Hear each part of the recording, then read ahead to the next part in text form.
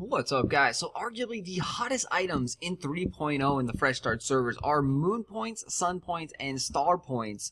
Sunpoints, Starpoints, Moonpoints are selling for insanely high values. With the changes to regrading and how you get these guys, so we're seeing that the only ways to actually get them are through Lorien Land and then the regrade Brazers. They might drop out with a small chance out of the locked crates, but that hasn't really been confirmed yet. I haven't done enough farming there, and I haven't heard people really getting them out of there. If they do drop out of the locked crates, those guys require the keys, so you can actually trade them and sell them. There is the metallic crate, which requires a copper key, and then the Aurora crate, which requires a silver key, which no one can open yet because it requires 50,000 proficiency to create that silver key. So if they do drop out of these crates, most likely they're probably going to drop out of the metallic Aurorian crate. So if anyone on the old legacy servers has 50,000 exploration and want to check this out, please post down below and let us know if regrade stuff will drop out of that crate and what drops out of the metal Aurorian crate. But realistically, Moonpoints, Sunpoints are almost non-existent, especially with the lack of RNG boxes. These prices have jumped up really high. So you see they started off fairly low, high, 30, 30, 30, 20. It's hovering right around the 20 gold mark for the Moonpoint.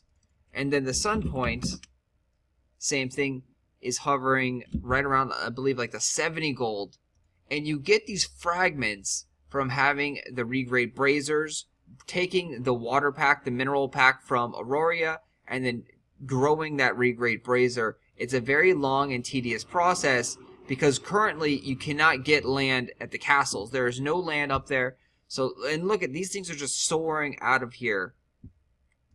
Crazy stuff. So what we're talking about here is Lorien Land. This is all claimable, but you have to have a castle owner to claim this land. If there's no castle owner, none of the housing properties can be owned. In these land, there's specialty items that are required for regrade Brazers and Aurora mineral Archeage trees.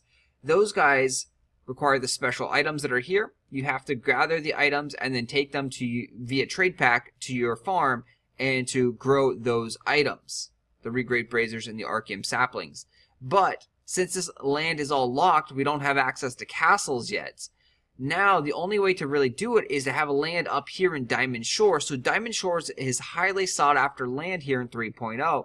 When you go up to Diamond Shores, you see tons of regrade Brazers here. Let's show you what we're talking about. So up here in Diamond Shores, this is probably pretty familiar to you guys, and most of the land is not developed. But what is developed, you'll notice that almost everyone up here has these regrade Brazers trying to cook. Because this is some serious big money right here, guys. Regrade Brazers traveling over here with that trade pack from Aurora. Massive amounts of money can be made if you want to put that effort in there. Because literally this is either the only way to get Moonpoints and Sunpoints, or it's the best way to get Moonpoints and Sunpoints right now, and the coin purses have a slight chance possibly. We haven't confirmed that yet, but this land is highly sought after because of that fact. The land will lose its value a lot once Aurora opens up, and Aurora doesn't open up until we actually work on building this fortress to level 3. So currently this thing's at level 1. It's going to take several weeks for it to get to level 3. You have to take the trade packs from over here, from your plaza, bring it over, deliver it here, and drop it into the plaza. Those trade packs require a lot of Starlight Archeage dust, which is raising the Starlight Archeage dust up dramatically.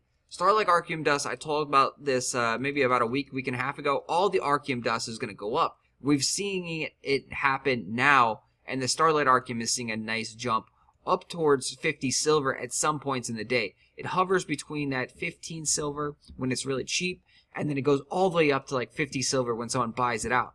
Eventually, that probably will stay more towards the 25, 35 silver range as people start to be like, hey, I'm just going to buy out the whole Archeage supply and then start using it here. But in turn, that makes coin purse farming really, really, really good, guys. Coin purse farming, at least in the lower levels, they've really screwed up the coin purse farming system. The higher level coin purses, the princes and the queen ones, apparently don't drop Archeum out of their crates. They drop other stuff, which is less valuable. And the lower tier coin purses, the, you know, I don't even know what they're called, but the jesters and lower, the the merchants, the explorers, those guys, the 2 and 4 labor cost coin purses actually drop out a lot of Archeum in those coin purses at a really good supply. And when you open those guys, you're going to get like a 20 silver per labor ratio by opening those coin purses. So pretty much, they screwed up the whole risk versus reward. You're going to be able to free farm coin purses in the low level areas where there is no threat of dying and botting easily down there. I mean, that's low level mobs where you don't have to put any time and effort into it. And versus the level 50 coin purses up here in Aurora and Diamond Shores, they don't drop Archeum. So yeah, there's no point. And then as you even just progress and open up those crates in the lower levels, you're going to actually level your character up, which you don't want to level your character up, because once you hit level 50 or so, you're going to stop getting Archeum from the lower level coin purses.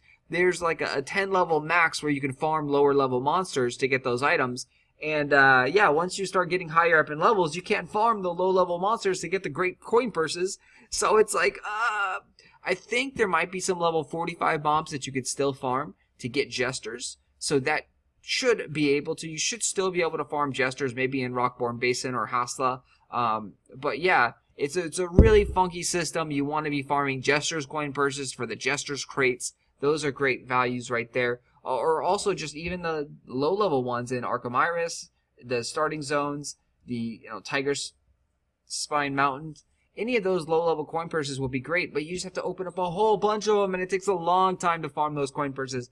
So overall, the economy is greatly different, but it is a good time for actual people playing the game, because you can easily earn patron status, easily earn Apex, you can easily earn tons and tons of money if you put the time and effort into it. This game is very, very nice to those that have the time and effort to play, because again, a lot of things, like the cotton before we talked about, you could earn a ton of money by doing something so simple. Right now, ton of money by coin purse farming and opening up those crates in the lower levels.